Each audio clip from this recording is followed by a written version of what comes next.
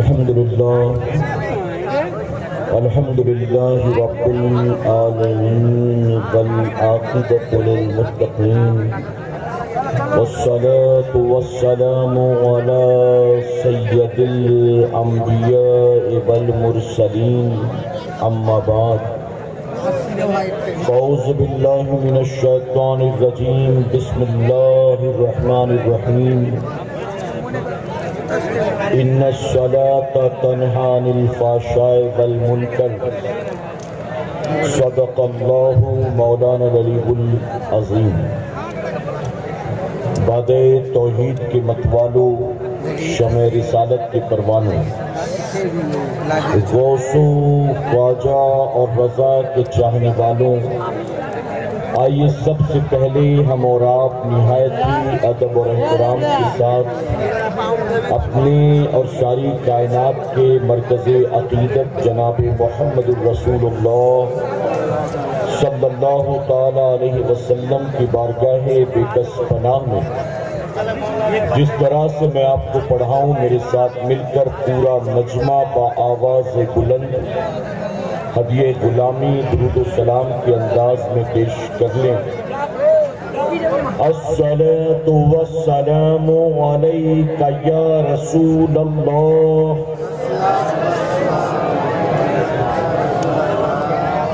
الصلاة والسلام علیکہ یا حبیب اللہ، الصلاة والسلام علیکہ یا نبی اللہ، وعلی آلک واصحابک یا نور اللہ صلی اللہ تعالی علیہ وسلم۔ رب کعبہ کی بارگاہ میں دعا ہے، مولا اپنے حبیب صاحب لولاک صلی اللہ تعالی علیہ وسلم کے صدقہ فیض ہم تمام حاضرین اور سامعین کو تو ماہ محرم الحرام کے فیوز و برکات سے بھرپور مالا مال فرما۔ میرے کریم اس نئے اسلامی سال کو دنیا بھر کے مسلمانوں کے لیے عزت اور کامیابی کے سال میں تبدیل فرما، اور اس وقت امت مسلمہ پوری دنیا میں جہاں کہیں بھی پریشان حال ہو، یہود و نصارہ کے ظلم و زیادتیوں کا شکار ہو، مولا ان سب کو اپنا حفظ و امان عطا فرما، اور اسلام مخالف قوتوں کو ذلیل و خوار فرما۔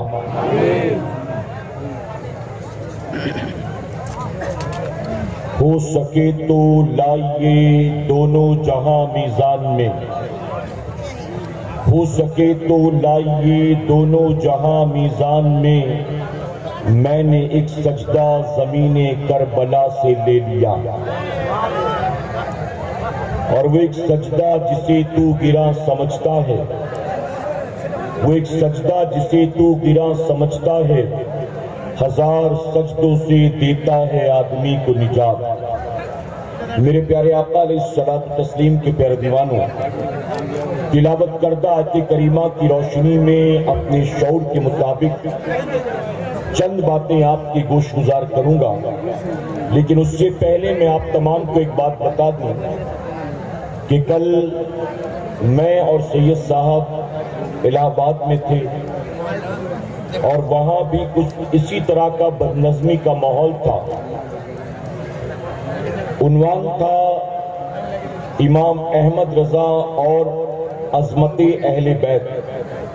بہت بہترین عنوان پر اولاد غوث اعظم نے خطاب کا آغاز کیا، لیکن عوام کی بدنظمی اور اسٹیج پر موجود لوگوں کا موبائل پر بات کرنا، ایک دوسرے سے بات کرنا، آنا جانا اٹھنا بیٹھنا اتنا ڈسٹرب کر رہا تھا کہ سید صاحب نے ٹاپک مکمل نہیں کیا اور آدھی تقریر چھوڑ کر وہ اسٹیج سے نیچے اتر گئے۔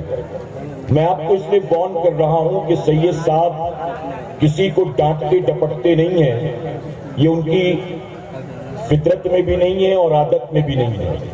تو اگر آپ نے ڈسٹرب کیا یا اسٹیج والوں نے ڈسٹرب کیا تو میں پہلے سے وارن کر دے رہا ہوں کہ یہ اتنی آپ کی ساری محنت دری کی دری رہ جائے گی اور پھر اگلے 5 سال کے بعد آپ کو شاید تاریخ ملے. تو اس لیے اگر آپ واقعی سننے آئے ہوئے ہیں تو آپ کو خاموشی سے بیٹھ کر سننا پڑے گا، اور اگر ٹائم پاس کرنے کے لیے آئی ہیں تو پھر ظاہر ہے کہ ٹائم پاس تو ہوگا، تقریر نہیں ہو سکے گی. ٹھیک ہے؟ تو چونکہ سید صاحب یہ سب نہیں بولتے ہیں تو میں آپ کو پہلے سے وارن کر دے رہا ہوں. اور معذرت کے ساتھ ایک بات کہوں گا کہ ایک دو بار پیار سے عوام کو سمجھانے پر وہ سمجھ گئے تھے، لیکن اسٹیج والے سمجھ نہیں رہے تھے، اور جس کی وجہ سے سید صاحب نے گفتگو کو آدھا چھوڑ دیا اور پھر کمرے میں وہ آئے، ڈسٹرب تھے، اور انہوں نے کہا کہ مجھے ایسے ماحول میں تقریر کرنا مناسب نہیں لگتا. یعنی میں اللہ رسول کا فرمان سنا رہا ہوں اور لوگ آپسی گفتگو کر رہے ہیں. یعنی آپسی باتیں یا SMS کرنا یا موبائل پر بات کرنا کیا معاذ اللہ رسول کے فرمان سے زیادہ اہم چیز ہے؟ تو اس کا آپ خیال رکھیں گے نا انشاءاللہ؟ اچھا، میری تقریر میں ایسا ہے کہ آپ کو چاہے جو کرنا ہے آپ کریں، آپ بالکل فری ہیں. میں اپنا بیان کرتا ہوں، اپنی بات مکمل کرتا ہوں. اللہ جس کو توفیق دیتا ہے وہ سنتا ہے، اور جو صرف بھیڑ بھاڑ کے لیے آیا ہوتا ہے وہ بیٹھ کر چلا جاتا ہے بھیڑ کا حصہ بن کر. تو میں کچھ نہیں کہتا، میں اپنی بات مکمل کرتا ہوں، اور مجھے جو وقت دیا گیا ہوتا ہے میں اس وقت پر اپنی گفتگو کو مکمل کرتا ہوں. لیکن سید صاحب کے بیان کے وقت بالکل جو ہے خاموشی ہونی چاہیے کہ انشاءاللہ چلنا پھرنا بھاگ دوڑ ہنگامہ رہی کچھ بھی نہیں. آپ کو اطمینان سے سننا ہے اور اس نیت سے سننا ہے کہ جو آج کے اس محفل پاک میں ہم سنیں گے انشاءاللہ اس پر عمل کی کوشش کریں گے. ذکر شہدائے کربلا کی محفل ہے، اور کربلا والوں کا ذکر سنانے کے لیے آج آپ کے گاؤں میں خود ان کا بیٹا آیا ہوا ہے. تو آپ کو اللہ کا شکر ادا کرنا چاہیے.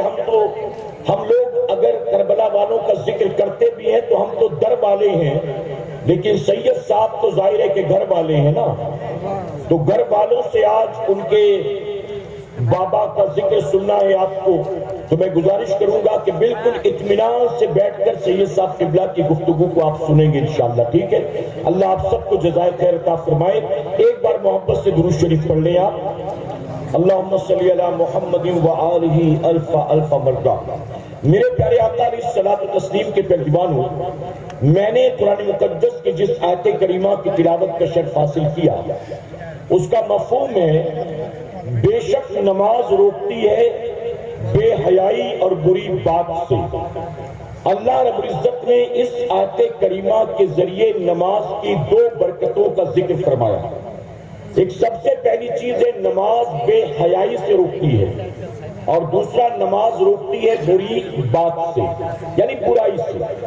اور میں علماء کی موجودگی میں یہ بات ذمہ داری کے ساتھ کہوں گا، آج ہماری سوسائٹی میں یہ دونوں چیزیں بہت عام ہو چکی ہیں. عورتوں میں بے حیائی، بے غیرتی، بے پردگی عام ہے، اور مردوں کے اندر طرح طرح کی برائیاں عام ہیں. میرے پیارے آقا کے پیروانوں، اللہ نے فرمایا کہ نماز بے حیائی اور بری بات سے روکتی ہے. پھر آخر مسلمانوں کے اندر بے حیائی اور برائی کیوں کر پائی جاتی ہے؟ ریزن کیا ہے؟ تو جانتے اس کا سب سے بڑا ریزن یہ ہے کہ چونکہ ہماری اکثریت نماز پڑھتی نہیں. مسلمانوں کے مور دین 90% لوگ، یا اگر کہوں تو غلط نہیں ہوگا، مور دین 95% لوگ بے نمازی ہیں. تو جب بندہ مسلمان ہو کر بھی نماز کے قریب نہیں جائے گا تو کیا نماز کی برکتیں وہ حاصل کر سکتا ہے؟ اللہ نہ کرے، 100,000 بار نہ کرے. میں مثال دیتا ہوں، آپ کے علاقے میں کسی کو کوئی ایسا مرض ہو جائے کہ جس بیماری کا اسپیشلسٹ ڈاکٹر کولکتہ میں ہے، بنگلور میں ہے، دلی میں یا ممبئی میں ہے. اب مریض اپنی بیماری کو لے کر گھر پر پڑا ہے، بستر پر کراتا ہے، روتا ہے. اسے آرام کبھی نہیں ہوگا جب تک کہ وہ اس ڈاکٹر کے پاس نہیں جاتا. بتائیے ہے کہ نہیں؟ سر میں درد ہو تو آپ کیا کرتے ہیں؟ 3 دن سے شام ہوتی ہے تو بخار آ جاتا ہے، آپ کیا کرتے ہیں؟ 2 دن سے الٹی جلاب شروع ہو گیا تو کیا کرتے ہیں؟ آپ بیماری کو لے کر گھر میں پڑے نہیں رہتے، بلکہ بیماری سے شفا کے لیے فوراً ڈاکٹر کے پاس جاتے ہیں اور ڈاکٹر دوائیاں دیتا ہے تو آپ کا مرض دور ہو جاتا ہے۔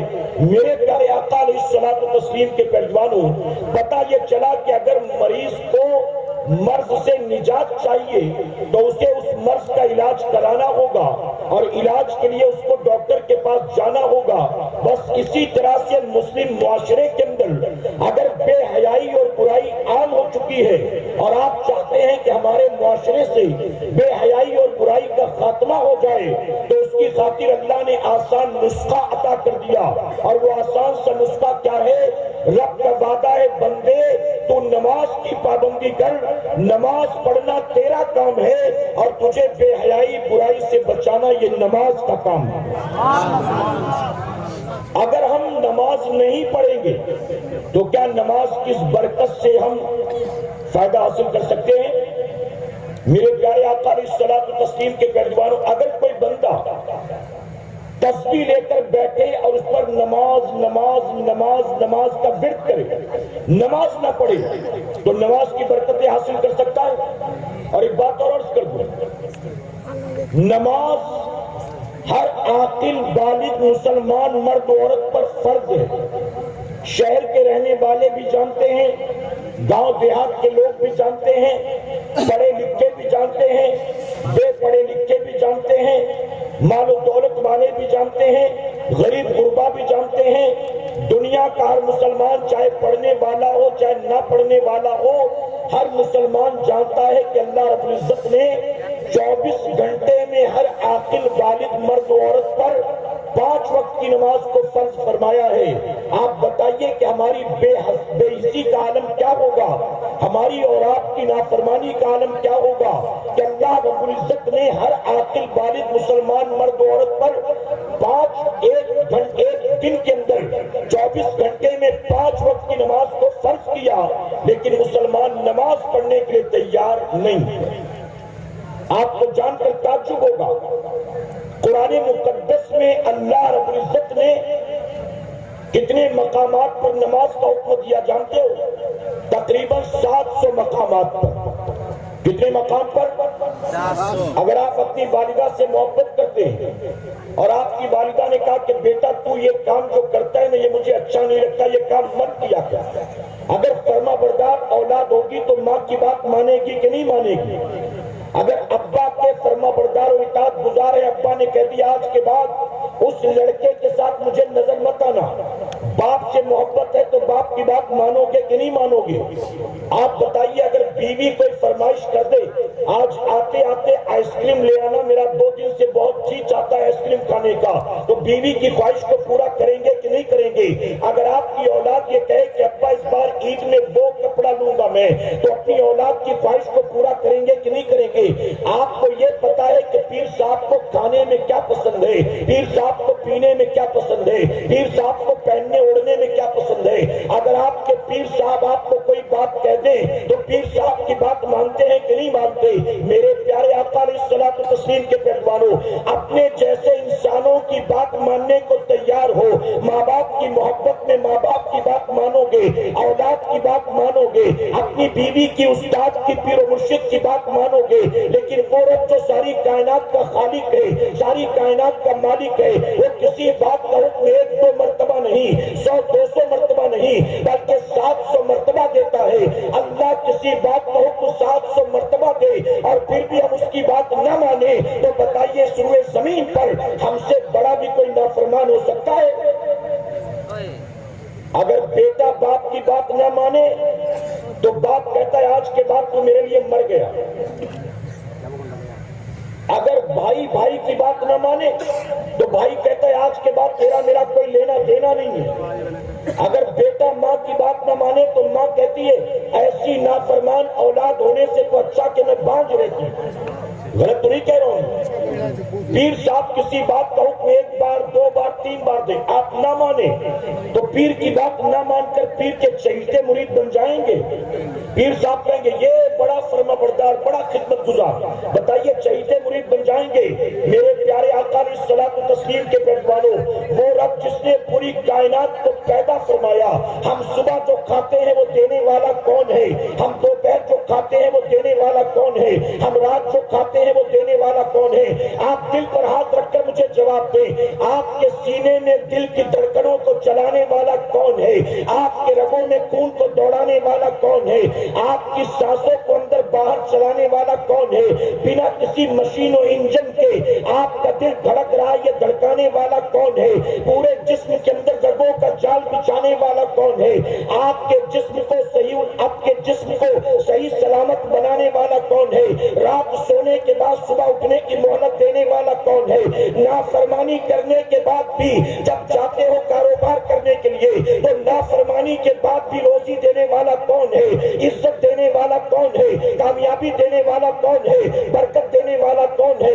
اپنے ماں باپ بیوی بچوں کو چھوڑ چھاڑ کر کسی پرائے شہر میں چلے جاتے ہو، پرائے ملک میں چلے جاتے ہو، جہاں اجنبی تھے وہاں بتائیے سر پر چھت دینے والا کون ہے؟ رات سونے کی جگہ دینے والا کون ہے؟ آپ کو روزی روٹی دینے والا کون ہے؟ اے سرکار مدینہ علیہ الصلوۃ والتسلیم کے پیروانوں، اللہ رب العزت ہی ساری کائنات کا خالق ہے، اللہ ہی ساری کائنات کا مالک ہے، یہاں تک کہ جو لوگ اللہ کا دیا رزق کھا کر اسے رزاق نہیں مانتے ہیں انہیں بھی کھلانے والا اللہ ہے۔ جو اللہ تبارک و تعالیٰ کے بندے ہو کر بھی اللہ کو اپنا معبود نہیں مانتے ان کا معبود بھی اللہ تبارک و تعالیٰ ہے۔ زمین کو بچھایا کس نے؟ آسمان کا شامیانہ لگایا کس نے؟ زمین سے سبزہ اگایا کس نے؟ ہوا میں ہماری خاطر آکسیجن پیدا کیا کس نے؟ ہماری باڈی میں ریڈ بلڈ سیلز کس نے پیدا کیا؟ وائٹ بلڈ سیلز کس نے پیدا کیا؟ اے سرکار مدینہ کے پیروانوں، ہم دن رات اللہ کی نافرمانی پر نافرمانی کرے، اللہ 700 مرتبہ کسی بات کا حکم دے ہم اس کا حکم نہیں مانتے، اس کے باوجود وہ آسمان سے پانی برساتا ہے، زمین سے سبزہ اگاتا ہے، ہمیں پھر بھی روزی عطا کرتا ہے۔ آپ بتائیں جب نافرمانی اور بغاوت کر کے یہ کرم نوازی ہے ہم فرما بردار بن جائیں گے، اللہ کے سجدوں کے پابند بن جائیں گے، تو میں منبر رسول پر موجود ہوں، ذمہ داری کے ساتھ کہتا ہوں اللہ رب العزت ہمیں اور آپ کو جس دن مسلمان پلٹے گا رب کی بارگاہ میں صلح کر لے گا، رب کی بارگاہ میں رجوع کر لے گا اور یہ عہد کرے گا کہ مولا اب دنیا یہاں کی وہاں ہو جائے، ایک وقت کی نماز کو جان بوجھ کر قضا نہیں کروں گا۔ جس دن مسلمان نے یہ عہد کر لیا، اے ہندوستان کے مسلمانوں، اللہ تمہیں پھر وہی عزت عطا کرے گا جو عزت اللہ نے میرے غریب نواز کو عطا فرمایا۔ نعرہ تکبیر، نعرہ رسالت، نعرہ حیدری، نعرہ حیدری۔ غریب نواز ہندوستان کی سرزمین پر تشریف لائے، کیا بتائیے کوئی اپنے گھر میں انہیں ٹھہرانے والا تھا؟ جی پیڑ کے نیچے بیٹھ گئے تو بیٹھنے دیا گیا کہ اٹھا دیا گیا؟ کوئی ان کے لیے چائے کافی شربت بنانے والا تھا؟ انا ساگر پر پانی دینے گئے تو پینے دیا گیا کہ پیرا لگا دیا گیا؟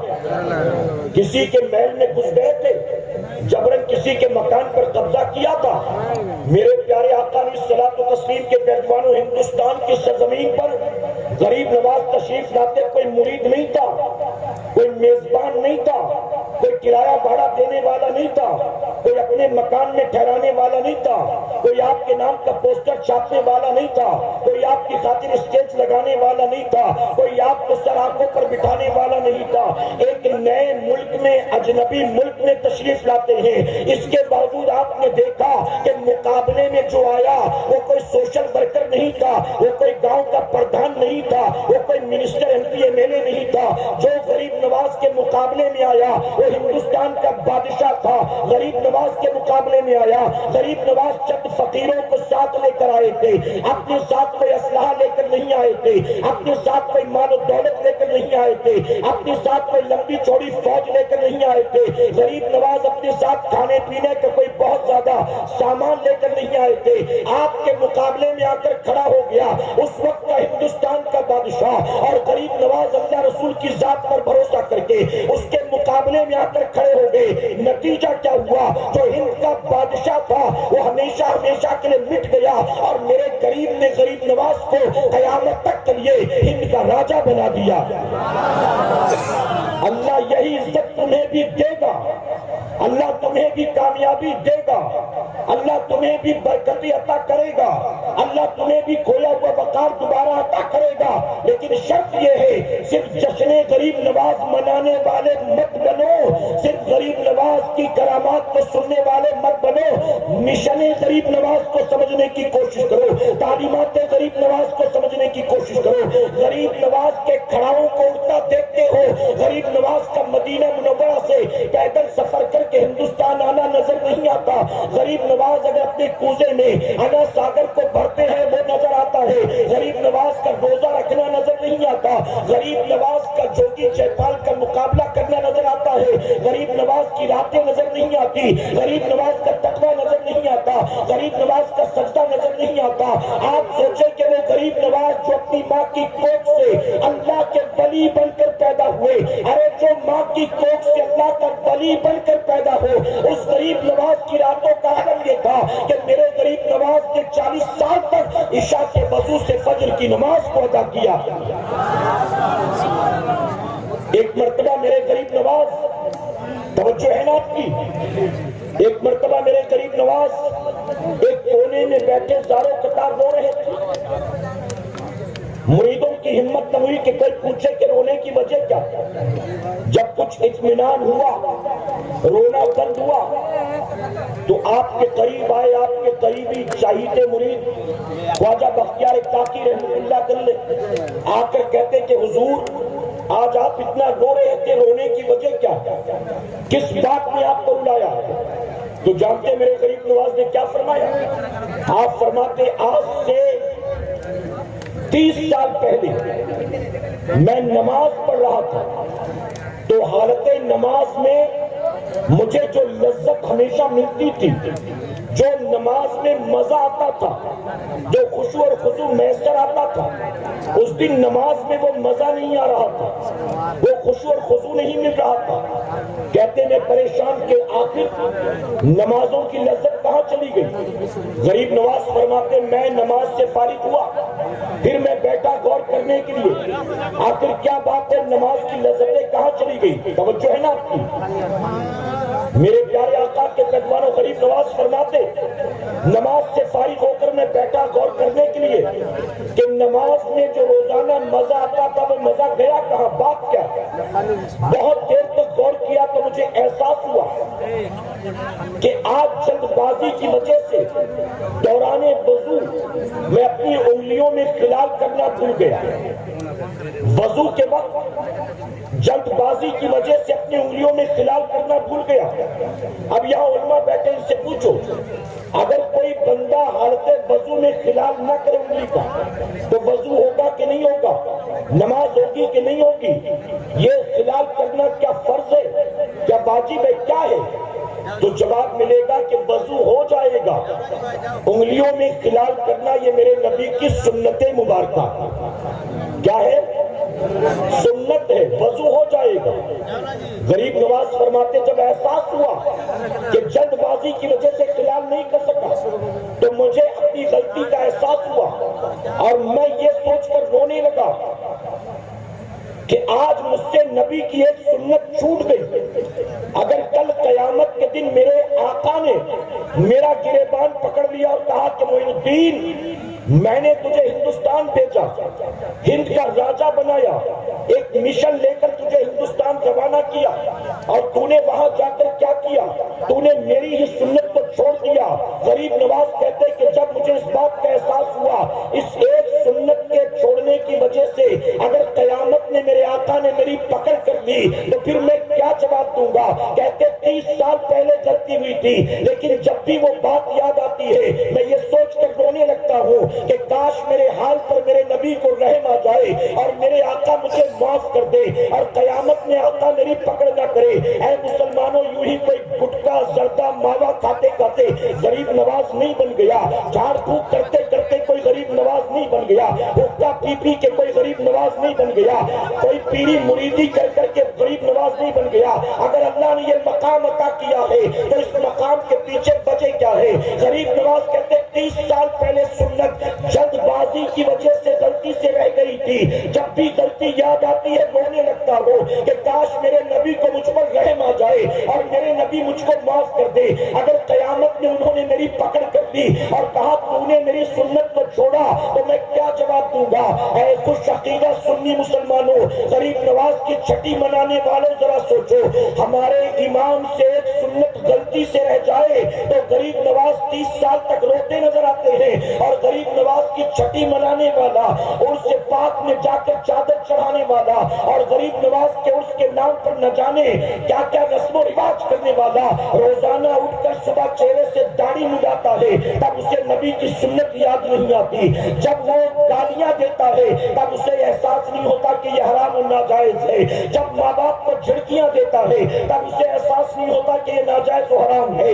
جب دوسروں کے بہو بیٹیوں پر گندی نظریں ڈالتا ہے، سیٹیاں تالیاں بجاتا ہے تو احساس نہیں ہوتا کہ یہ ناجائز و حرام ہے. اے سرکار مدینہ کے پہلوانوں، ہم نبی کی 12ویں بھی مناتے ہیں، غوث پاک کی 11ویں بھی مناتے ہیں، ہم غریب نواز کی چھٹی بھی مناتے ہیں، ہم کربلا والوں کے نام پر ماہ محرم میں نہ جانے کون کون سی رسمیں کرتے ہیں، ہم بزرگان دین کا اس سے پاک بھی مناتے ہیں. ہم یہ ساری چیزیں رسمی طور پر کر کے گزر جاتے ہیں، لیکن اللہ کے اندر گزیدہ بندوں کی تعلیمات کو ہم سمجھنے کی کوشش نہیں کرتے، ان کی حیات طیبہ کا مطالعہ کرنے کی ہم کوشش نہیں کرتے. اور ہمارے جلسوں میں جب ہم آتے ہیں تو جلسوں میں بھی آتے ہیں تو لگتا ہے جیسے کانوں کے چسکے کے لیے آئے ہیں، محض انٹرٹینمنٹ کے لیے آئے ہیں، محض بھیڑ بھاڑ کا حصہ بننے کے لیے آئے ہیں. میرے پیارے آقا علیہ الصلوۃ والتسلیم کے پیروانوں، غریب نواز نے 40 سال تک عشاء کے وضو سے فجر کی نماز کو ادا کیا. اگر غریب نواز کے واقعی عاشق ہو آج اس محفل سے اٹھنے سے پہلے طے کر لینا، ہمارے غریب نواز نے 40 سال تک عشاء کے وضو سے فجر کی نماز کو ادا کیا ہے. ہم بھی وعدہ کرتے ہیں اب روزانہ عشاء کے وضو سے عشاء ادا کریں گے اور فجر کے وضو سے انشاءاللہ فجر ادا کریں گے.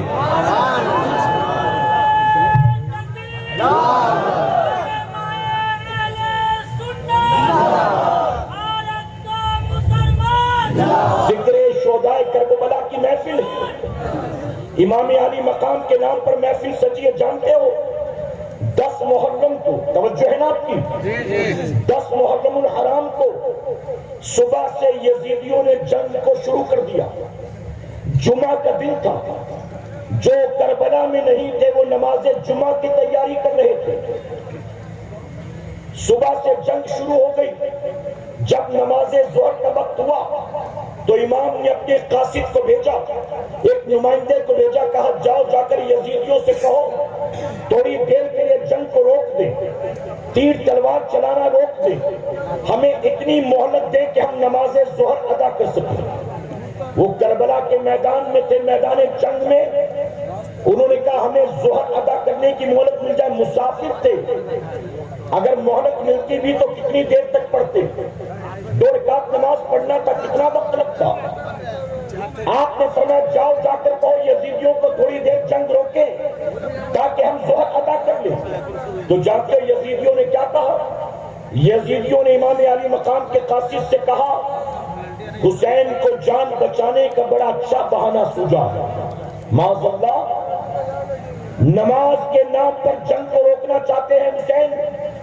حسین سے کہو کہ نماز پڑھنے کا بہت شوق ہے نا، پڑھو، جتنی پڑھنا چاہتے ہو اتنی پڑھو، ہم نہیں منع کریں گے، لیکن شرط یہ ہے نماز شروع کرنے سے پہلے یزید کی بیعت کرنی ہوگی.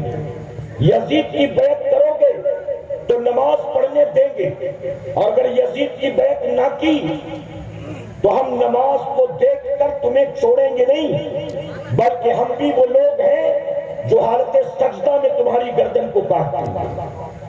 یا تو یزید کی بیعت کرو یا تو نماز پڑھو. جب امام علی مقام کے قاصد نے آ کر کہا ظالم جنگ روکنے کو تیار نہیں ہے بلکہ دھمکی دے رہے ہیں کہ اگر نماز پڑھنی ہے تو پڑھو لیکن یزید کی بیعت پہلے کرنی ہوگی، یزید کی بیعت نہیں کرو گے تو ہم مروت نہیں کریں گے، نماز شروع کر دی تو سجدے میں سر کاٹ دیں گے. تو جانتے امام نے کیا کہا تھا؟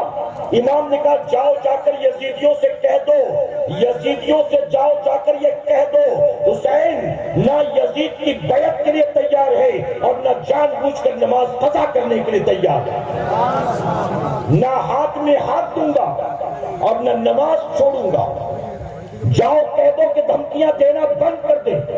اگر یہ حالت سجدہ میں سر کاٹنے پر تلے ہیں تو حسین بھی سجدے میں سر کٹانے پر تلا. میں سر کٹا تو سکتا ہوں لیکن نماز قضا نہیں کر سکتا ہوں. یہ کون کہہ رہا ہے؟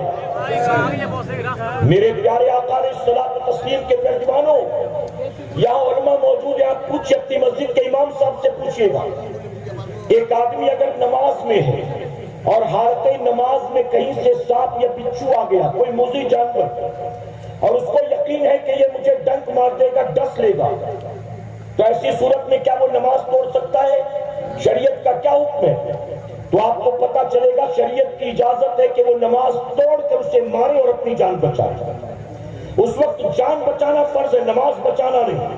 اس کو مارو، جان بچاؤ اور پھر اپنی نماز پھر ادا کرو. اور صرف اپنے لیے نہیں، اگر کوئی چھوٹا بچہ سو رہا ہے کمرے میں اور آپ نماز پڑھ رہے ہیں اور اچانک کہیں سے کوئی سانپ بچھو آ گیا اور آپ کو یقین ہے کہ اگر میں نے نماز توڑ کر اسے نہیں مارا تو یہ بچے کو ڈس لے گا، بچے کو ڈنک مار دے گا، تو بچے کی جان بچانے کے لیے بھی شریعت نے آپ کو نماز توڑنے کی اجازت دی.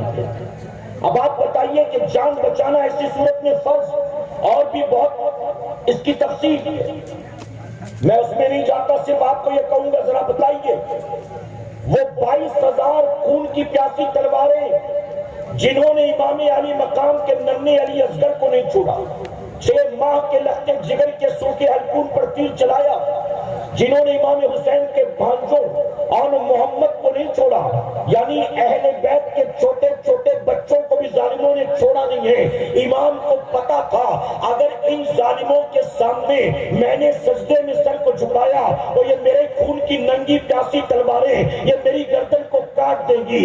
امام علی مقام کیا شریعت کا مسئلہ نہیں جانتے تھے کہ ایسے میں جان بچانا فرض ہے، جان بچ جائے تو نماز پھر کبھی ادا کر لیں گے.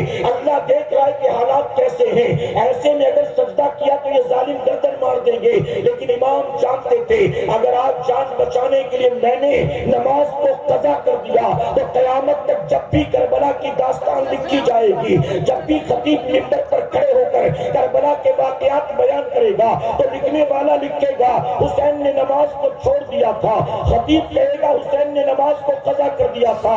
امام جانتے تھے اگر میں آج چھوڑوں گا تو قیامت تک کے لیے چھوڑنا مثال بن جائے گا، اور اگر میں جان پر کھیل کر جان کی پرواہ کیے بغیر آج نماز ادا کروں گا تو قیامت تک کے لیے میرا سجدہ کرنا نانا کے امت کے لیے مثال بن جائے گا. اسی لیے میرے امام نے بتا دیا، حالت سجدہ میں سر کٹا کے میرے امام نے بتا دیا حسین کو یقیناً بیٹے بھی پیارے ہیں، بھتیجے بھی پیارے ہیں، بھانجے بھی پیارے ہیں، بھائی بھی پیارے ہیں، اپنا خیمہ بھی پیارا ہے، اپنے بیوی بچے اور بہن بھی پیاری ہے، حسین کو سب کچھ پیارا ہے. لیکن حالت سجدہ میں امام نے سر کٹا کے بتا دیا حسین کو سب سے زیادہ محبت ہے تو نانا کے آنکھوں کی ٹھنڈک نماز سے محبت.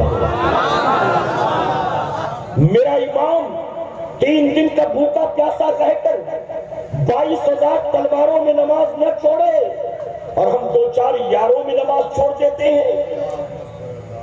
شادی میں گئے تو نماز نہیں، کام دھندے پر گئے تو نماز نہیں، اسکول کالج میں یونیورسٹی میں گئے تو نماز نہیں. میرے پیارے آقا علیہ الصلوۃ والتسلیم کے پیروانوں، بعد مرنے کے قیامت کے دن سب سے پہلا جو حساب ہوگا وہ پتہ ہے کہ کائے کا ہوگا. جتنا سال بھر کماتے ہو گورنمنٹ کو اس کا حساب دینا پڑتا ہے، ریٹرن فائل کرنا پڑتا ہے کہ سال بھر کا ٹرن اوور کتنے کا، کتنا کمایا، کتنا انویسٹ کیا، کتنا بچایا، کتنی سیونگ، یہ سارا اکاؤنٹ دیتے ہو کہ نہیں دیتے ہو گورنمنٹ کو؟ آپ بتائیے جس کا ہماری کمائی سے کوئی تعلق ہی نہیں ہے، ہم محنت مشقت کر کے کما رہے، اس میں گورنمنٹ کا کیا انوالومنٹ ہے؟ اس کے باوجود گورنمنٹ آپ سے ہر سال حساب لیتی ہے. اگر آپ نے اکاؤنٹ نہیں شو کیا تو آپ کو نوٹس آ جائے گی انکم ٹیکس کی طرف سے بہت زیادہ کروڑوں کا ٹرن اوور ہے تو آپ کے یہاں ریٹ پڑ جائے گی۔ میرے پیارے آقا کے پیغمبروں، جن کا ہماری کمائی سے کوئی تعلق نہیں ہے، ہر سال انہیں بھی مجبوراً ہمیں حساب کتاب دینا پڑتا ہے، تو جس رب نے سب کچھ عطا کیا ہے کیا وہ قیامت میں ہمیں یوں ہی چھوڑ دے گا؟ اور وہاں آپ کی کمائی کا حساب بعد میں ہوگا، بینک بیلنس کا حساب بعد میں ہوگا، آپ کے خرچے کا حساب بعد میں ہوگا، آپ کی بیوی بچوں کا حساب بعد میں ہوگا۔ سب سے پہلا سوال کس کے بارے میں ہوگا؟ جی اور بلند آواز سے، جن کو نہیں پتا وہ بھی سن لیں، کس کا حساب ہوگا؟ اس کے باوجود پڑھتے ہو؟ پتا ہے سب سے پہلا حساب نماز کا۔ جب ایگزام ہوتا ہے شروع، چاہے وہ 10th کے بچے ہو، چاہے 12th کے ہو، چاہے کسی کلاس کے، چاہے کسی مذہب کے، تو ایگزام سے پہلے ٹائم ٹیبل ملتا کہ فرسٹ ڈے آپ کا انگلش کا پیپر ہے، سیکنڈ ڈے آپ کا میتھس کا پیپر ہے، تھرڈ ڈے آپ کا ہسٹری کا پیپر ہے۔ بتائیے ٹائم ٹیبل ملتا ہے؟ بچہ اسی ٹائم ٹیبل کے اعتبار سے تیاری کرتا ہے کہ نہیں؟ پہلا پیپر انگلش کا، دوسرا ہندی کا، تیسرا ہسٹری کا، پھر 3 دن کی چھٹی، اس کے بعد میتھس کا۔ اب کوئی بچے سے کہے کہ بیٹا انگلش کی تیاری مت کر، ہندی کی تیاری مت کر، ہسٹری کی تیاری مت کر، پورا زور جو ہے وہ میتھس پر دے، وہ کہے گا پرچہ آج انگلش کا ہے، میتھس کیوں پڑھوں؟ پرچہ آج جو ہے ہندی کا ہے، میتھس کیوں پڑھوں؟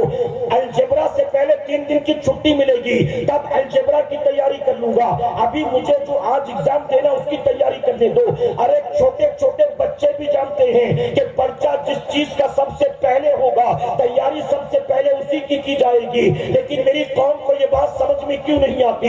یہ ساری تیاریاں تو کیے بیٹھا ہے، اپنی بیٹی کی شادی کی تیاری، اپنے مرنے کے بعد بچے کے کام دھندے کی تیاری، اپنے گھر بار کی تیاری، اپنے کھانے پینے کی تیاری، اپنے اوڑھنے پہننے کی تیاری، اپنے گھومنے پھرنے کی تیاری، تو انہیں دنیاوی اعتبار سے ساری تیاریاں کر رکھی ہے۔ لیکن اے مسلمان، کیا تو نے کبھی قبر کی تیاری کے بارے میں سوچا ہے؟ کبھی میدان قیامت کی تیاری کے بارے میں سوچا ہے؟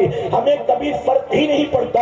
ہمارے پاس لوگ آتے ہیں، کوئی آ کر کہتا ہے حضرت دعا کرے، اس سال میری بیٹی نیٹ کی تیاری کر رہی ہے، کوئی کہتا ہے دعا کرے میرے بیٹے کا انجینئرنگ کا لاسٹ ایئر ہے وہ کامیاب ہو جائے، کوئی کہتا ہے کہ میرا بیٹا 12th کی تیاری کر رہا ہے، کوئی کہتا ہے میرا بیٹا یا بیٹی IAS کی تیاری کر رہے ہیں۔ ہمارے پاس لوگ آتے ہیں اپنی اولاد کے لیے دعائیں کروانے، بیٹی یہ ایگزام دے رہی دعا کر دے، بیٹا یہ تیاری کر رہا ہے دعا کر دے، لیکن آج تک کوئی ایک بھی ماں باپ ایسے نہیں آئے جنہوں نے ہم سے آ کر یہ کہا ہو کہ حضرت دعا کر دیجئے میرا بیٹا قبر کے امتحان میں کامیاب ہو جائے، میری بیٹی آخرت کے امتحان میں کامیاب ہو جائے۔ میرے پیارے آقا کے پیغمبروں، جانتے ہو ایک اللہ کے ولی دنیا کو چھوڑ چھاڑ کر ایک پہاڑ کی چوٹی پر جا کر بیٹھے، 30 سال تک اللہ کی عبادت کرتے رہے، اللہ اللہ اللہ، نہ کہیں آنا جانا، نہ کسی سے ملنا جلنا۔ جب چاروں طرف ان کی ولایت کے چرچے ہوئے تو لوگ خود ہی کھچے کھچے ان کے پاس چلے گئے ملنے کے لیے۔ 30 سال سے دنیا کو ٹھوکر مار کر پہاڑ کی چوٹی پر بیٹھے اللہ کی عبادت میں مصروف، دنیا کھچی چلی آئی ان کے پاس۔ ایک دن وہ بیٹھے زاروں قطار رو رہے تھے، مریدوں نے پوچھا کہ حضور آپ کیوں رو رہے ہیں، کیا بات؟ آپ کے پاس لوگ روتے ہوئے آتے ہیں، مسکراتے ہوئے جاتے ہیں، دکھی ہو کر آتے ہیں، سکھی ہو کر جاتے ہیں، پریشان حال آتے ہیں، اطمینان سے مطمئن ہو کر جاتے ہیں، آج آپ خود ہی رو رہے ہیں، کیا بات؟ تو جانتے ہو اللہ والے نے کیا کہا 30 سال سے پہاڑ کی چوٹی پر آ کر بیٹھا ہوں، 30 سال ہو گئے، آج تک کوئی ایک بھی نہیں آیا جس نے مجھ سے کہا کہ میری آخرت کے لیے دعا کر دیجیے، میری قبر کے لیے دعا کر دیجیے، میری جنت کے لیے دعا کر دیجیے۔ کہتے جس دنیا کو ٹھوکر مار کر میں آ کر بیٹھا ہوں نا، میرے پاس لوگ اسی دنیا کے لیے دعا کروانے آتے ہیں، اسی دنیا کے لیے دعا کرواتے، میں اسی لیے رو رہا ہوں کہ کاش یہ سمجھتے تو صحیح کہ تم دنیا کے لیے دعا اس سے کروا رہے ہو جو دنیا کو چھوڑے بیٹھا ہوا۔ میرے پیارے آقا علیہ الصلوۃ والتسلیم کے پیغمبروں، مجھے نہیں پتا کہ یہاں خواتین کے بھی بیٹھنے کا انتظام ہے کہ نہیں، اگر ہے تو وہ بھی میرا یہ پیغام لیتی جائیں، اور اگر نہیں ہے تو اپنے گھر کی عورتوں تک یہ پیغام پہنچا دیں۔ آپ نے امام حسین کا سجدہ تو دیکھا نا میدان کربلا میں، اب آئیے ان کی بہن حضرت زینب کا بھی سجدہ دیکھ لیجیے. امام زین العابدین امام علی مقام کے لخت جگر میدان کربلا میں اہل بیت کے آخری چشم و چراغ امام زین العابدین کہتے ہیں جب مدینہ منورہ میں ہم پر پریشر بنایا گیا کہ یزید کی بیعت کرو یزید کی بیعت کرو تو شہر رسول میں فتنہ فساد نہ ہو اس لیے ہم مدینے کو چھوڑ کر مکہ معظمہ چلے گئے. ہم مکے پہنچے تو کوفہ والوں کے خط ہمیں آنے لگے آئیے ہمیں بچا لیجئے آپ نہیں آئے تو ہم کو مجبوراً یزید کی بیعت کرنی پڑے گی. ہم پر پریشر بنایا گیا کوفہ والوں کی طرف سے. ہم کوفہ کے لیے مکہ معظمہ سے نکلے ہمیں کوفہ نہیں جانے دیا گیا. حور کے لشکر نے ہم کو گھیرا اور کربلا میں لے کر آ گئے. امام زین العابدین کہتے ہیں اس پورے سفر میں میری پھوپھی حضرت زینب ہمارے ساتھ تھی. پورے سفر میں میری پھوپھی حضرت زینب ساتھ تھی. مدینہ منورہ سے مکہ معظمہ سے میدان کربلا. اور امام زین العابدین کہتے ہیں پورے سفر میں میری پھوپھی نے کسی رات تہجد کی نماز کو قضا نہیں کیا. میں معذرت کے ساتھ کہوں گا ہم نکلتے ہیں تقریر کرنے کے لیے ہم نکلتے ہیں کہیں جلسے میں جانے کے لیے تو ہم نے دیکھا تقریروں اور جلسوں کے چکر میں کئی لوگ ایسے ہیں جو خود اپنی نمازیں قضا کر بیٹھتے ہیں. نمازوں کی کوئی پرواہ نہیں کرتے الا ماشاءاللہ. جب نکلتے ہیں رات جلسہ اٹینڈ کرنے کے لیے تو نماز کی پرواہ نہیں اور رات کے 3-4 بجے تک جب جلسے میں رہتے ہیں تو نماز فجر کی پرواہ نہیں. آپ سوچیں ہم تقریر کرنے جا رہے ہیں تو نماز کی پرواہ نہیں کرتے اور وہ میدان کربلا کی طرف نکلی ہیں اور نماز تہجد قضا نہیں کر رہی ہیں. امام زین العابدین کہتے ہیں ہم کربلا کے میدان میں آ گئے. کربلا میں کوئی 4 دیواری نہیں تھی نیچے کوئی قالین و بستر نہیں تھا تپتا صحرا تھا آسمان سے سورج آگ ابل رہا تھا. ہم اپنے خیموں میں تھے. 1 تاریخ 2 تاریخ 3 تاریخ امام زین العابدین فرماتے وقت گزرتا رہا اور میری پھوپھی ہر رات اٹھ کر تہجد کی نماز ادا کرتی رہی اور محبت سے کہے امام زین العابدین فرماتے 7 تاریخ کو پانی بند 8 تاریخ کو ہمارے خیمے میں پانی ختم 9 تاریخ کو چھوٹے چھوٹے بچے بھی بھوکے پیاسے یزیدیوں نے پانی تو بند کر دیا میری پھوپھی نے تہجد بند نہیں کیا تہجد ادا کرتی رہی. 10 محرم کو صبح سے جنگ کا آغاز ہوا. دوپہر ہوتے ہوتے ہمارے جتنے تھے سب کو ظالموں نے شہید کر دیا. پھر ہمارے خیمے کو لوٹا گیا. امام زین العابدین فرماتے 10 محرم کا دن گزرا مغرب کے بعد 11 تاریخ لگی. یہ 11 محرم کی رات ہم اہل بیت کے لیے جو کربلا میں تھے قیامت سے کم رات نہیں تھی. امام زین العابدین فرماتے یہ وہ رات تھی جب ہمارے خیمے کے چاروں طرف ہمارے اپنوں کی لاشیں بکھری پڑی تھی. کسی کا سر تن سے جدا تھا کسی کے جسم کے ایک اعضاء کو کاٹ دیا گیا تھا کسی کا چہرہ پہچاننے میں نہیں آتا تھا کسی کو شہادت کے بعد گھوڑے کے دانتوں سے روندا گیا تھا. امام زین العابدین کہتے ہمارے خیمے کے آس پاس ہمارے اپنے 72 لوگوں کی لاشیں بکھری پڑی تھی. رات کے اندھیرے میں فرماتے میں دیکھ کر حیران رہ گیا. ہمارے خیمے کا پردہ ہٹتا ہے میری پھوپھی حضرت زینب باہر نکلتی ہے اور نکلنے کے بعد چاروں طرف بکھری لاشوں کا جائزہ لیتی ہے. امام زین العابدین فرماتے ہیں ان میں کوئی میری پھوپھی کا بھائی بھی تھا کوئی بھتیجا تھا کوئی بھانجا تھا ان کے 2 چھوٹے چھوٹے بیٹے اور محمد کی لاشیں بھی پڑی تھی. امام زین العابدین کہتے میرے یہ دیکھ کر میری آنکھیں پھٹی رہ گئی. ان لاشوں کو دیکھنے کے بعد میری پھوپھی نیچے بیٹھ گئی. تپتے ہوئے کربلا کے صحرا کی ریت کو اٹھایا تیمم کیا اور تیمم کر کے میری پھوپھی نے لاشوں کے سامنے کھڑے ہو کر نماز تہجد کو ادا کیا. جن کے گھر کی بیٹیاں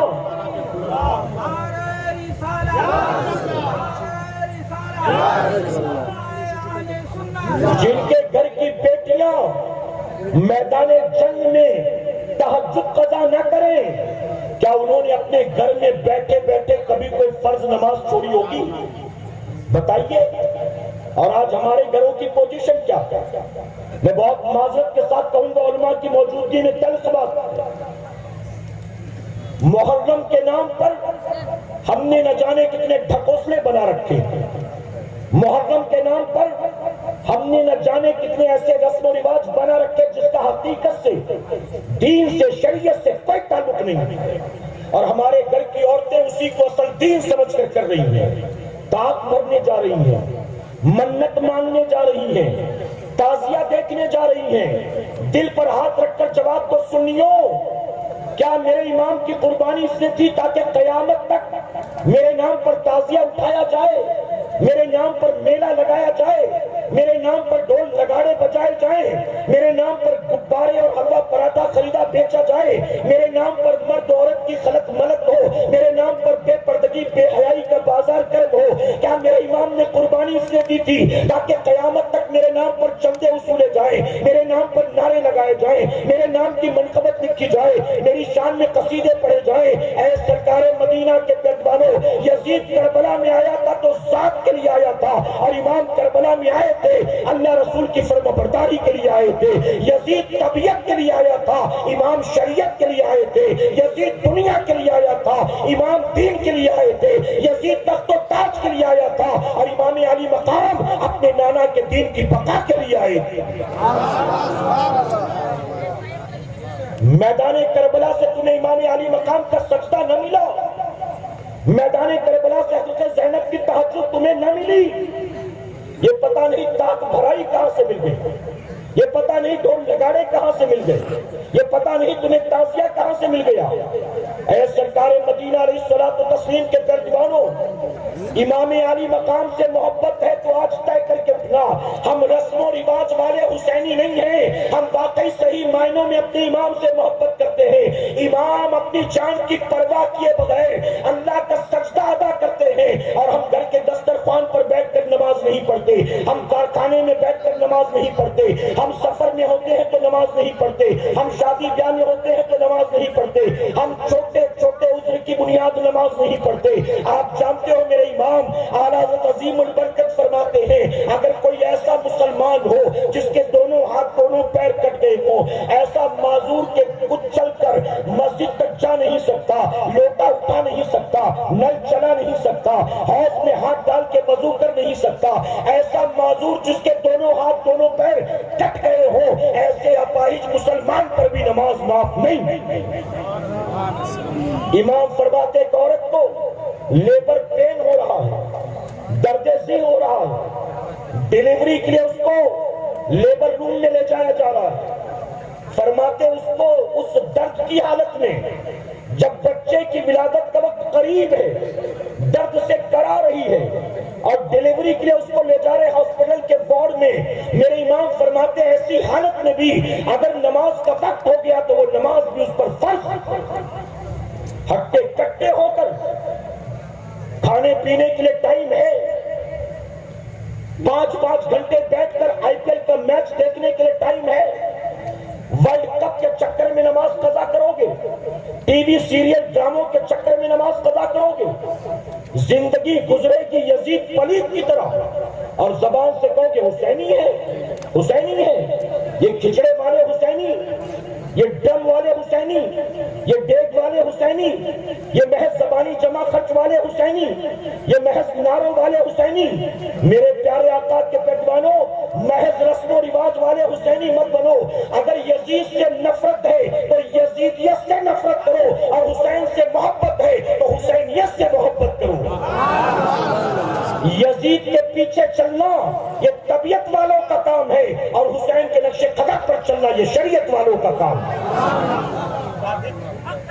علماء سے پوچھو، فجر میں اپنے گھر کے بستر پر پیر پسارے پڑے رہنا یہ حسین کا کام ہے کہ یزید کا کام ہے؟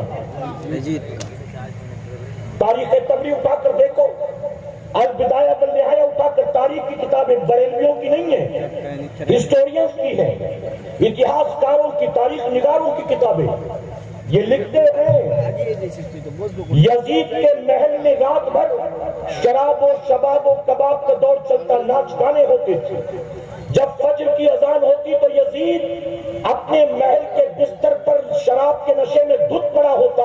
جب فجر کی اذان ہوتی تو یزید محل کے بستر پر شراب کے نشے میں دھت پڑا ہوتا.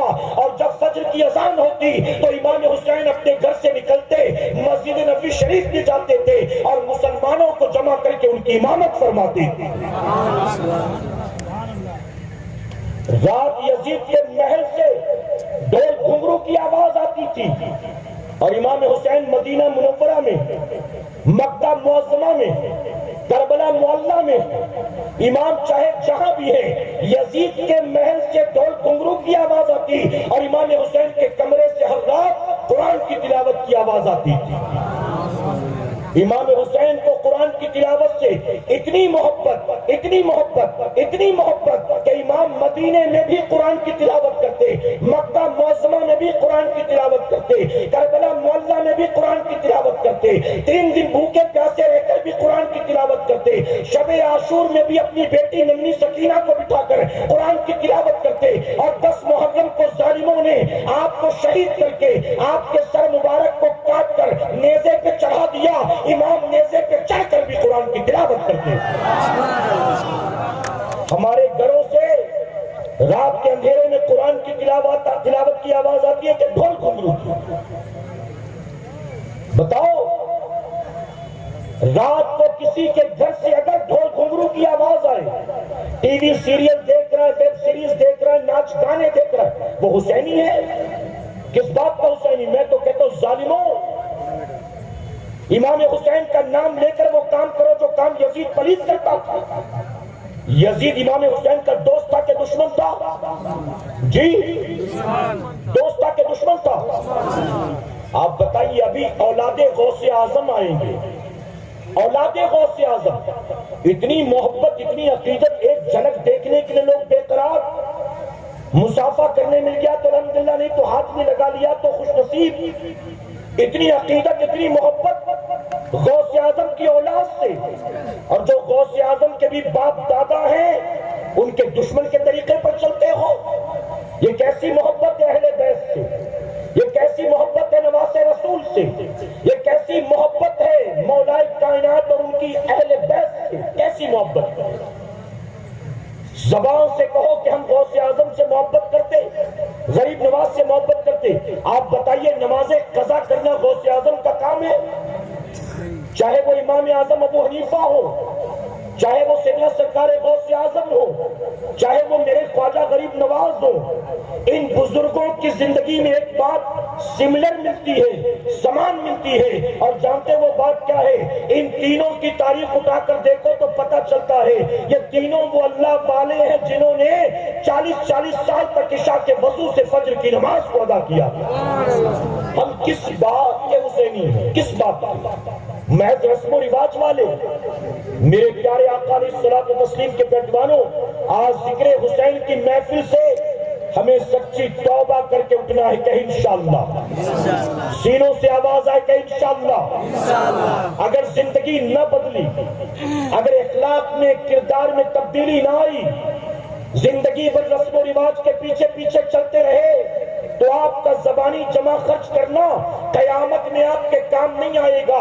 آپ زندگی بھر کو ہم حسینی ہیں، ہم حسینی ہیں. آپ نے مجھ سے پیشتر جب منقبت چل رہی تھی سارے یا حسین کے نعرے لگا رہے تھے. میں کہتا ہوں محرم کے مہینے میں نہیں، روزانہ یا حسین کہو، اپنی چھاتیوں کو پیٹ پیٹ کے یا حسین کہو. لیکن زندگی گزرے کی حسین کے دشمن یزید پلید کے نقش قدم پر تو نام لینے سے حسینی نہیں بن جاؤ گے. حسینی وہ نہیں ہوتا جو صرف نام لیتا ہے، حسینی وہ ہوتا ہے جو اپنے آقا و مولا کے نقش قدم پر چلتا. اور اس اتنے بڑے مجمع میں وہ کون سچا حسینی ہوگا میں نہیں جانتا، میرا مولا جانتا. میں نہیں کہتا کہ میری باتیں سب کے دل پر اثر کر جائیں گی. میں نہیں کہتا کہ یہاں سے اٹھنے والا ہر آدمی نمازی بن جائے گا. میں نہیں کہتا کہ جتنے آئے ہیں سارے سچے توبہ کر کے جائیں گے. میں نہیں کہتا. ہاں لیکن میں یہ ضرور کہتا ہوں اگر اس بڑے مجمع میں کوئی 2-4 ایسا ہو تو اس کو اللہ کا شکر ادا کرنا چاہیے. اے مولا بھیڑ تو ہزاروں کی تھی لیکن تیرا کرم ہو گیا، تو نے امام حسین کے صدقے میرا آنا قبول فرما لیا. اور اتنے بڑے مجمع بدلنے میں جس پر میرے امام کی نظر ہوگی زندگی اسی کی بدلے گی انشاءاللہ۔ میرے امام کی پوزیشن تو یہ ہے، علماء سے آپ نے سنا ہوگا، تاریخ کی کتابوں میں موجود ہے، میرے امام شہادت کے بعد بھی جہاں جہاں سے گزرے نہ جانے کتنے یہودیوں عیسائیوں کو مسلمان بنا دیا ہے۔ جو پیدائشی خاندانی حسبی نسبی یہودی عیسائی تھے، میرے امام کی برکتیں یہ ہیں، امام کا ان گلیوں سے گزر ہوا تو وقت کا یہودی عیسائی بھی کلمہ پڑھ کر مسلمان بن گیا۔ ارے امام کے چہرے کو دیکھ کر یہودی عیسائی مسلمان بن جاتا ہے۔ ہم کیسے حسینی ہیں؟ ہم زندگی بھر ذکر حسین کی محفل میں آئے اور نمازی بھی نہ بن سکے، کیسے حسینی؟ ابھی ماضی قریب کی بات ہے، توجہ ہے نا آپ کی؟ میرا وقت ختم ہونے کے قریب میں اپنی گفتگو کو سمیٹتا ہوں، اجازت ہے آپ کی؟ میرے پیارے آقا علیہ الصلوۃ والتسلیم کے پیارے دیوانوں، میں ایران توران کی بات نہیں کرتا، ہندوستان کی بات کرتا ہوں۔ ماضی قریب کی بات ہے، ہماری جماعت کے بزرگ بڑھاپے کی وجہ سے، عمر زیادہ ہو گئی اس وجہ سے ان کی آنکھ کا آپریشن کرنا پڑا۔ آپ یہاں دیکھیں نا میرے بھائی، اچھا آپ دیکھ لیں پھر مجھے بتائیں جب فری ہو جائیں تو آپ۔ اچھا آپ بتائیے مجھے، آپ مجھے دل پر آ کر بتائیے، اگر میں تقریر کرتے کرتے اچانک یہاں دیکھوں سب کا دھیان جائے گا کہ نہیں؟ میں اکیلا وہاں دیکھوں تو سب کا دھیان وہاں جائے گا، اور سامنے بیٹھے 20 آدمی یہاں وہاں دیکھیں گے تو میں انسان نہیں ہوں، میرا دھیان نہیں بھٹکے گا۔ اور سیدنا عثمان غنی رضی اللہ عنہ فرماتے ہیں کہ تقریر کرنا تلوار کی تیز دھار پر چلنے کے برابر ہے۔ جب آپ امیر المومنین بنے نا اور جمعہ کا خطبہ دینے کے لیے ممبر پر کھڑے ہوئے تو سیدنا عثمان غنی فرماتے ہیں جب پہلی بار جمعہ کا خطبہ دینے کے لیے میں ممبر پر چڑھا تو مجھے وہ وقت یاد آیا جب پہلی بار میں گھوڑے پر چڑھا تھا، گھڑ سواری نہیں آتی تھی، اب گرا کہ تب گرا۔ کہتے ممبر پر کھڑا ہوا خطبے کے لیے تو یہی ڈر تھا دل میں کہ اب گیا کہ تب گیا۔ تو اتنا آسان نہیں ہوتا میرے بھائی، آپ آ کر سنتے ہو، سن کر چلے جاتے ہو، آپ کو پتہ نہیں چلتا، اتنا آسان نہیں ہوتا۔ بولنے والے کو صرف اپنی انرجی ہی نہیں لگانی پڑتی ہے بلکہ اپنے ذہن کو بھی حاضر رکھنا پڑتا ہے، کچھ بھی نہیں کہہ سکتا وہ، یہاں تک کہ غیر حدیث کو حدیث کہہ کے بھی بیان کرنے سے منع کیا گیا۔ میرے نبی فرماتے ہیں کہ اگر کوئی بات میں نے نہیں کہی اور اس کو میری طرف منسوب اگر کوئی کرے تو اپنا ٹھکانہ جہنم میں بناتا ہے۔ اگر میں بیان کرتے کرتے کسی غیر حدیث کو کہ تو حدیث شریف میں آتا ہے تو بتائیے میں گناہ گار ہوں گا کہ نہیں ہوں گا؟ تو اس سے تھوڑا سا کوآپریٹ کیا کریں، آپ توجہ رکھا کریں، محبت سے ایک بار سبحان اللہ کہہ دیں۔ میں عرض کر رہا تھا ماضی قریب میں ہماری جماعت کے بزرگ گزرے، عالم دین، عمر زیادہ ہو گئی، ڈاکٹر نے کہا آپ کا آپریشن کرانا پڑے گا، انہوں نے آنکھ کا آپریشن کرا لیا۔ آنکھ کے آپریشن کے بعد ڈاکٹر نے ان سے کہا کہ ابھی ٹانکے تازہ ہیں، زخم ہرا ہے، آپ 3 دن تک سجدہ مت کیجیے گا، 3 دن سجدہ کریں گے تو باڈی کا پریشر، بلڈ کا پریشر آنکھ پر پڑے گا تو ممکن ہے کہ ٹانکے ٹوٹ جائیں، خون بہنے لگے، پریشانی ہو جائے گی، تو 3 دن احتیاط کیجیے گا، سجدہ مت کیجیے گا۔ وہ اپنے گھر آئے اور گھر آنے کے بعد اپنی بیوی سے کہتے کہ 3 دن میرے حصے کا کھانا مت بنانا، 3 دن میرے حصے کی روٹیاں مت بنانا۔ تو بیوی کہتی ڈاکٹر نے آپ کو 3 دن سجدہ کرنے سے منع کیا، میں ساتھ تھی، مجھے پتا کھانے پینے سے منع نہیں کیا، سجدے سے منع کیا، اور آپ کہہ رہے 3 دن کھانا نہیں بنانا، کیوں؟ تو جانتے ہو کیا جواب دیا تھا؟ انہوں نے جواب دیا کہ جس رب کے 3 دن سجدے نہیں کروں گا کس منہ سے 3 دن اس کی نعمتیں کھاؤں گا؟ جس رب کے 3 دن سجدے نہیں کرنا کس منہ سے اس رب کی نعمتیں کھاؤں گا؟ اس نے 3 دن سجدہ بھی نہیں، 3 دن کھانا بھی نہیں۔ ہماری سوچ وہاں جاتی ہے۔ اگر میں آپ سے پوچھوں کہ آج صبح آپ نے کیا کھایا تھا، آج دوپہر میں آپ نے کیا کھایا تھا، آج شام کو آپ نے کیا کھایا تھا، ہفتے بھر میں کتنی روٹیاں کھا جاتے حساب ہے، ہفتے بھر میں کتنی چائے پی لیتے حساب ہے، ہفتے بھر میں کتنا کلو چاول کھا جاتے حساب ہے، ہفتے بھر میں کتنی بوٹیاں کھا جاتے حساب ہے. ارے رب کی نعمتیں تو ہفتے بھر بے حساب کھاتے پیتے ہو, اور اس رب کو جو نعمت کھلانے والا ہے اس کا شکر ادا کرنے کے لیے ہفتے میں ایک بار مسجد میں جاتے ہو اور 2 رکعت پڑھ کے لگتا ہے کہ اسی 2 رکعت میں اللہ کی ساری نعمتوں کا میں نے حق ادا کر دیا. توبہ کرو کہ انشاءاللہ. میرے پیارے آقا کے پہلوانوں, اب آخری بات عرض کرتا ہوں, اجازت ہے آپ کی؟ ایک مرتبہ درود شریف پڑھیں گے محبت سے آپ. اللہم صلی علی محمد وآلہ الف الف مرتبہ. ایک بزرگ بنی اسرائیل کا ایک عابد دنیا کو ٹھوکر مار کر پہاڑ کی چوٹی پر چلا گیا, اور پہاڑ کی چوٹی پر اس نے دنیا سے کٹ کٹا کر 300 سال تک عبادت کی. کتنے سال تک؟ کتنے سال تک؟ 300 سال عبادت کی. پہاڑ کی چوٹی پر اکیلا 300 سال تک اللہ کی عبادت کرے, روزہ بھی, سجدہ بھی, شب بیداری بھی, شرم و ندامت کے آنسو بھی, توبہ و استغفار بھی. اب 300 سال پہاڑ کی چوٹی پر اکیلا, کوئی انسان نہیں. کسی کو گالی دیا ہوگا, کسی کی غیبت کی ہوگی, بدنگاہی, بدتمیزی, کسی پر بہتان, کسی سے جھگڑا, کوئی چوری چماری, کسی سے حسد کنا, کچھ بھی نہیں. اکیلا ہے, آس پاس کوئی نہیں, اکیلا.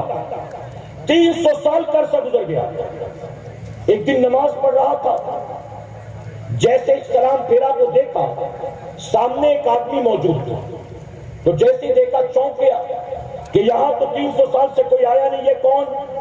پوچھا بھیا تو کون, کہاں سے آیا, یہاں آنے کی وجہ کیا؟ تو جانتے آنے والے نے کیا کہا؟ آنے والے نے کہا میں موت کا فرشتہ ہوں اسرائیل, اللہ نے مجھے بھیجا ہے تمہاری روح قبض کرنے کے لیے. بس بہت ہو گئی, زندگی ختم, اب زندگی ختم ہو گئی, اب میں تمہاری روح کو نکالنے آیا. تو کہتا ہے کہ اسرائیل اگر تو روح نکالنے آیا تو کھڑے رہ کر کیا کر رہا ہے, اب تک تو نے میری روح کو نکالا کیوں نہیں؟ تو فرشتے نے کہا جب میں آیا تو تو نماز میں تھا, اور میں انتظار کر رہا تھا کہ تو نماز سے فارغ ہو تو میں تجھ سے ملاقات کروں. تو فرشتہ, تو وہ بنی اسرائیل کا عابد حیرت سے کہتا ہے کہ تو جب کسی کی روح نکالنے جاتا ہے تو تو ویٹ نہیں کرتا, آدمی کسی بھی پوزیشن میں تو روح نکال لیتا ہے, لیکن میرے معاملے میں تو انتظار کر رہا تھا, کیا وجہ؟ تو جانتے ہو فرشتے نے کیا کہا؟ فرشتے نے کہا اللہ نے مجھے اس بات کا حکم دیا کہ میرا یہ بندہ جس نے 300 سال میری عبادت کی, میں یہ چاہتا ہوں کہ میرا بندہ جس حالت میں مرنا پسند کرے گا اے اسرائیل اسی حالت میں تو اس کی روح کو قبض کر دو. جاتے ہی نکال مت دینا, اس کو پوچھنا کیسے مرنا چاہتا ہے. اس نے کہا اچھا میرے رب کا یہ فضل و کرم مجھ پر ہو گیا. وہ کہتا اگر رب نے مجھے مہلت دی ہے نا تو میری تمنا یہ ہے, میں نے زندگی بھر اپنے رب کے سجدے کیے, تمنا یہ ہے کہ میں 2 رکعت نماز نفل کی نیت کر کے کھڑا ہوتا ہوں, جب دوسری رکعت کا آخری سجدہ کروں گا نا تو آخری سجدے میں تو میری روح نکال دے. میں چاہتا ہوں کہ روح نکلے تو سجدے کی حالت میں نکلے. آپ سوچیں کتنی پیاری موت. فرشتے نے کہا ٹھیک ہے. اب وہ کھڑا ہو گیا نماز پڑھنے کے لیے. وہ کہتا ہے جی تو نہیں چاہتا تھا کہ میں آخری سجدے میں جاؤں, کیونکہ پتا تھا یہ نماز زندگی کی آخری نماز ہے.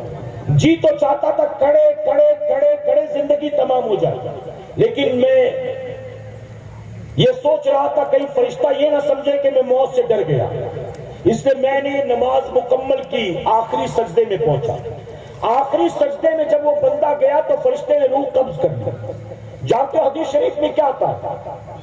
حضور اکرم صلی اللہ علیہ وسلم فرماتے جبرائیل علیہ السلام نے مجھ سے کہا یا رسول اللہ صلی اللہ علیہ وسلم بنی اسرائیل کا وہ عابد جس کی روح کو حالت سجدہ میں نکالا گیا تھا, آج بھی جب میں آپ کی خدمت میں آتا ہوں تو اس عابد کو آسمانوں پر سجدے کی حالت میں پاتا ہوں.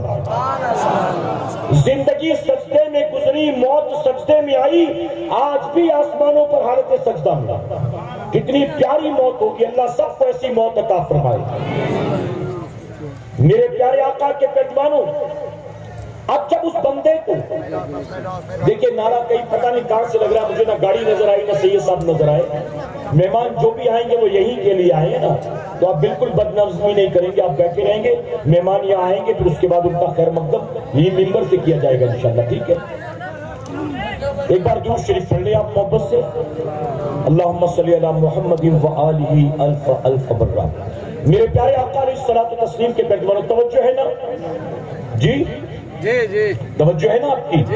میں بس اپنی گفتگو ختم کر رہا ہوں. میں نے کہا نا یہی آخری بات. تو جب اس بندے کو بعد مرنے کے رب کے حضور پیش کیا گیا حساب کتاب کے لیے، توجہ سے سنیے گا.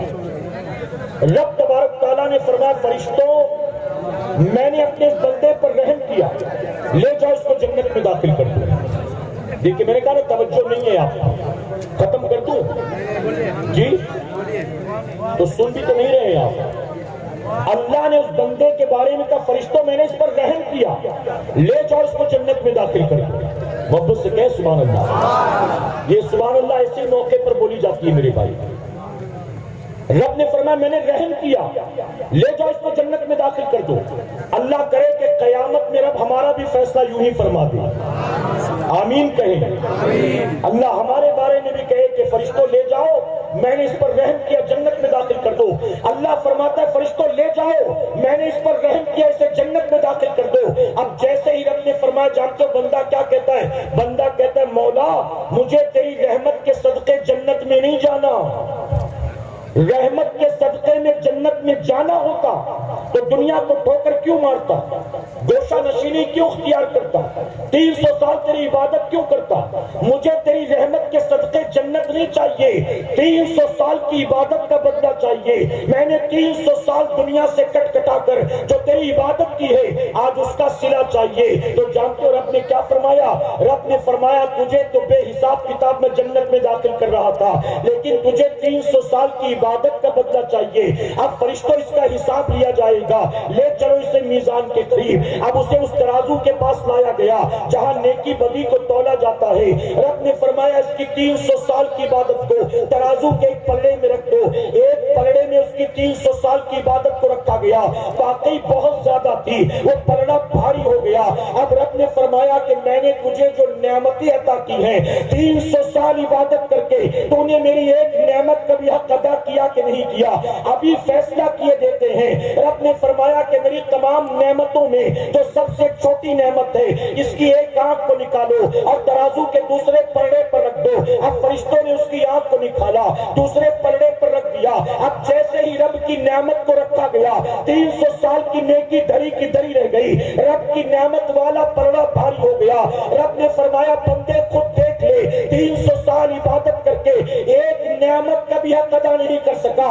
ابھی تو دوسری آنکھ باقی ہے، ابھی تو تیری زبان باقی ہے، ابھی تو تیرے کان باقی ہے. ان سب کا بھی تیرا حساب دوں کیا؟ بتا تیرا ان سب کا بھی حساب دوں. اے فرشتوں ایک نیکی کا بھی حق ادا نہ کر سکا، اس کے پاس کچھ بھی نہیں ہے، لے جاؤ اس کو جہنم میں ڈال دو. اب جیسے ہی رب نے فرمایا وہ رونے لگتا ہے، اے مولا مجھے معاف فرما دے. اے اللہ مجھے اپنی عبادت پر بھروسہ نہیں ہے، اپنے تقوی پر بھروسہ نہیں ہے، اپنی شفیداری پر بھروسہ نہیں ہے. اے اللہ تو رحمان ہے معاف کر دے، تو کریم ہے معاف کر دے، تو ستار ہے معاف کر دے. جب بندہ رو رو کر رب کی بارگاہ میں عرض کرنے لگا رب نے فرمایا فرشتوں میں نے اسے معاف کر دیا، لے جاؤ اس کو جنت میں داخل کر دو. اے سرکار مدینہ کے پیروانوں ذرا سوچو، بنی اسرائیل کا وہ ابھی 300 سال تک اللہ کی عبادت کرنے کے بعد بھی ایک آنکھ کا بھی حق ادا نہ کر سکا.